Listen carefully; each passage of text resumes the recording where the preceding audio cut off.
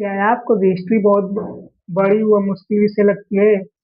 तो मैं आपको बता दूं कि एंशियंट हिस्ट्री केवल 9 चैप्टर में समझा जा सकता है और वही चैप्टर जो एसएससी, रेलवे, यूपीपी, जीडी जैसे एग्जाम में बार-बार पूछे जाते हैं। तो क्या आप इसे आसान और कंसेप्ट प्लस स्टोरी स्टाइल में पढ़ना चाहेंगे? नमस्कार दोस्तों, मेरा नाम है सतीश कुमार और आप देख रहे हैं तारकस एकेडमी यूट्यूब चैनल। यदि आप भी जीएस प्लस हिस्ट्री की फ्री क्लासेस चाहते हैं तो हमारे चैनल को सब्सक्राइब करें जिससे आने वाली सभी क्लासेस आप तक सबसे पहले पहुंच सके। दोस्तों, इस चैनल पे हम जीएस की बिल्कुल फ्री क्लासेस लाने वाले हैं और आज की इस क्लास में हम समझेंगे कि एंशियंट हिस्ट्री को कैसे पढ़ना है और इसका सिलेबस क्या रहने वाला है। हिस्ट्री हर कॉम्पिटिटिव एग्जाम के लिए बहुत महत्वपूर्ण विषय है। इससे हर कॉम्पिटिटिव एग्जाम जैसे एसएससी, यूपीपी, रेलवे, जीडी जैसे एग्जाम में बहुत क्वेश्चन पूछे जाते हैं। यदि एक बार हिस्ट्री को अच्छे से पढ़ लिया जाए तो एग्जाम में अच्छे मार्क्स मिल सकते हैं। लेकिन समस्या ये है कि बहुत से लोगों को हिस्ट्री बहुत बोरिंग और कंफ्यूजिंग विषय लगती है। इसी विषय को हम लोग आसान बनाने के लिए इस चैनल पे बिल्कुल स्टोरी मेथड में पढ़ने वाले हैं और आसान कंसेप्ट के साथ। तो दोस्तों, आज की इस वीडियो में हम समझेंगे कि एंशियंट हिस्ट्री को कैसे पढ़ना है और इसका सिलेबस क्या रहने वाला है। तो चलिए दोस्तों, देखते हैं कि एंशियंट हिस्ट्री को सबसे पहले उसमें हम लोग क्या पढ़ेंगे और उसका सिलेबस क्या रहने वाला है। दोस्तों, सबसे पहले हम लोग पढ़ने वाले हैं पाषाण काल।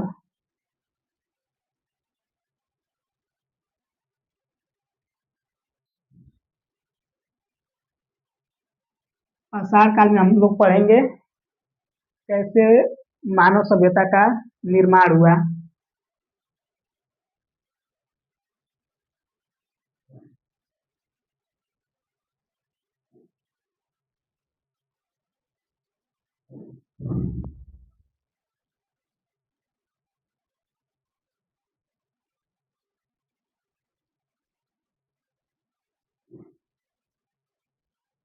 उसके बाद हम लोग पढ़ेंगे सिंधु सभ्यता। सिंधु सभ्यता दोस्तों भारत की सबसे प्राचीन नगरीय सभ्यता है। तो सेकंड नंबर पे हम लोग पढ़ेंगे सिंधु सभ्यता को।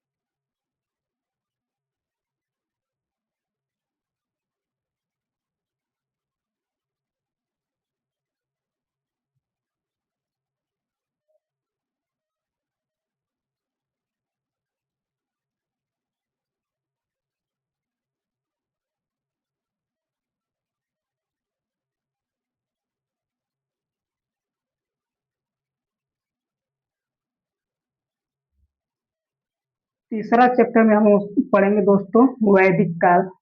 यहाँ पे हम लोग सीखेंगे आर्यों का संस्कृति और उनके समाज के बारे में। तीसरा चैप्टर जो हम लोगों का होने वाला है वो है वैदिक काल के बारे में।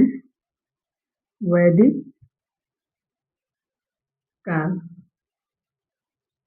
यहाँ पर हम लोग सीखने वाले हैं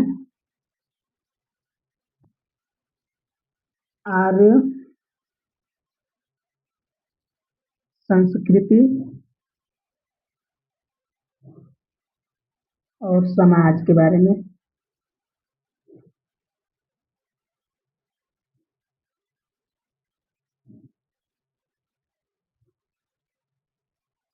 चौथे नंबर पे हम लोग पढ़ने वाले हैं दोस्त, जो चौथा चैप्टर हम लोगों का होने वाला है वो है पूर्व मौर्य काल। पूर्व मौर्य काल में हम देखेंगे 16 महाजनपद के बारे में और उनका विकास या विस्तार कैसे होता है। चौथा नंबर हम लोगों का होने वाला है चौथा चैप्टर पूर्व मौर्य काल के बारे में। यहाँ हम लोग सीखेंगे 16 महाजनपद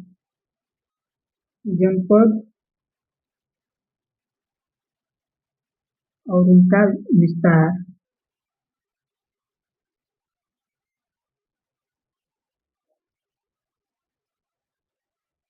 तो यहाँ पे हम लोग देखेंगे महाजनपद और उनके विस्तार के बारे में। उसके बाद हम लोग पढ़ने वाले हैं मौर्य काल।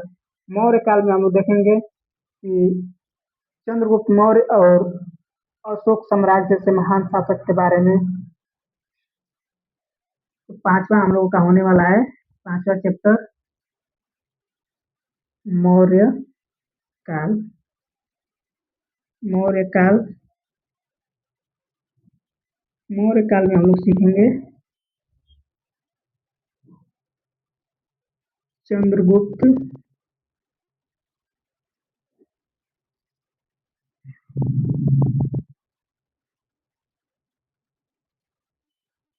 मौर्य और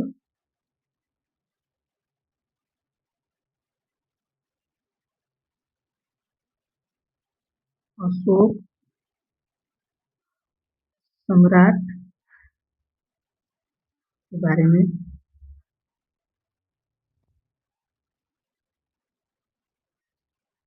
6वें नंबर पे हम लोग सीखेंगे दोस्तों पूर्वोत्तर मौर्य काल।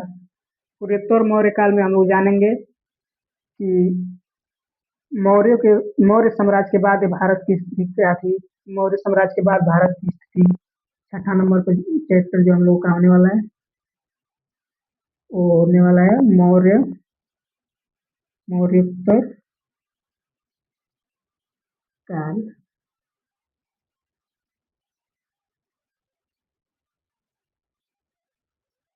मौर्योत्तर काल में हम लोग सीखेंगे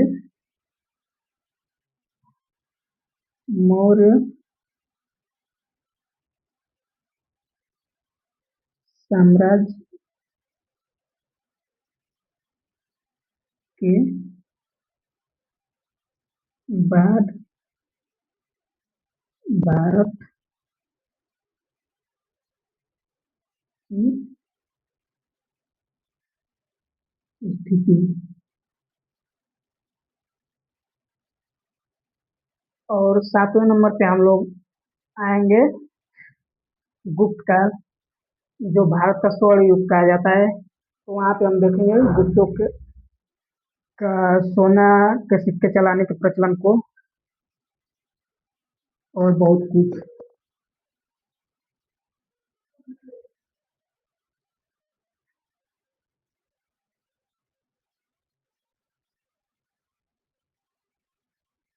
गुप्त काल, इनके शासनकाल में सबसे ज्यादा सोने के सिक्के चलाए गए थे, इसलिए इसे स्वर्ण युग कहा जाता है भारत का।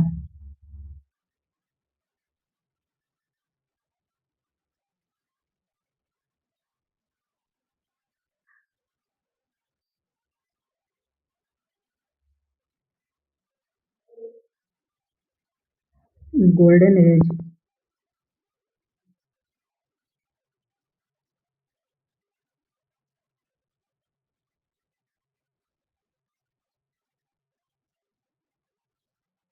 8वें नंबर पे हम लोग पढ़ेंगे गुप्तोत्तर काल। यहाँ पे हम लोग जानेंगे गुप्त साम्राज्य के बाद भारत की स्थिति क्या थी।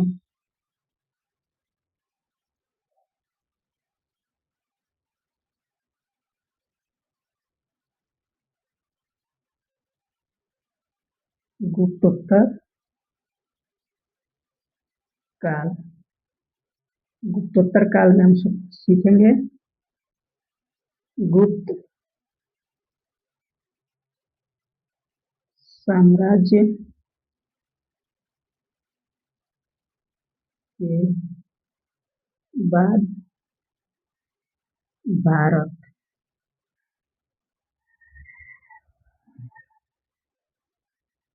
और 9वां और आखिरी चैप्टर हम लोग का इसका होगा चोल वंश के बारे में।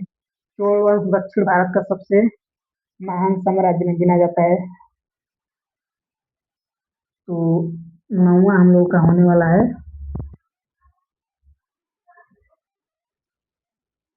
चोल वंश।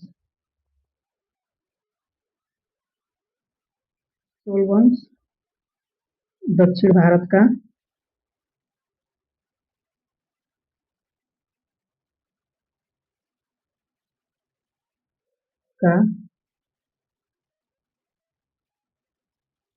महान राजवंश।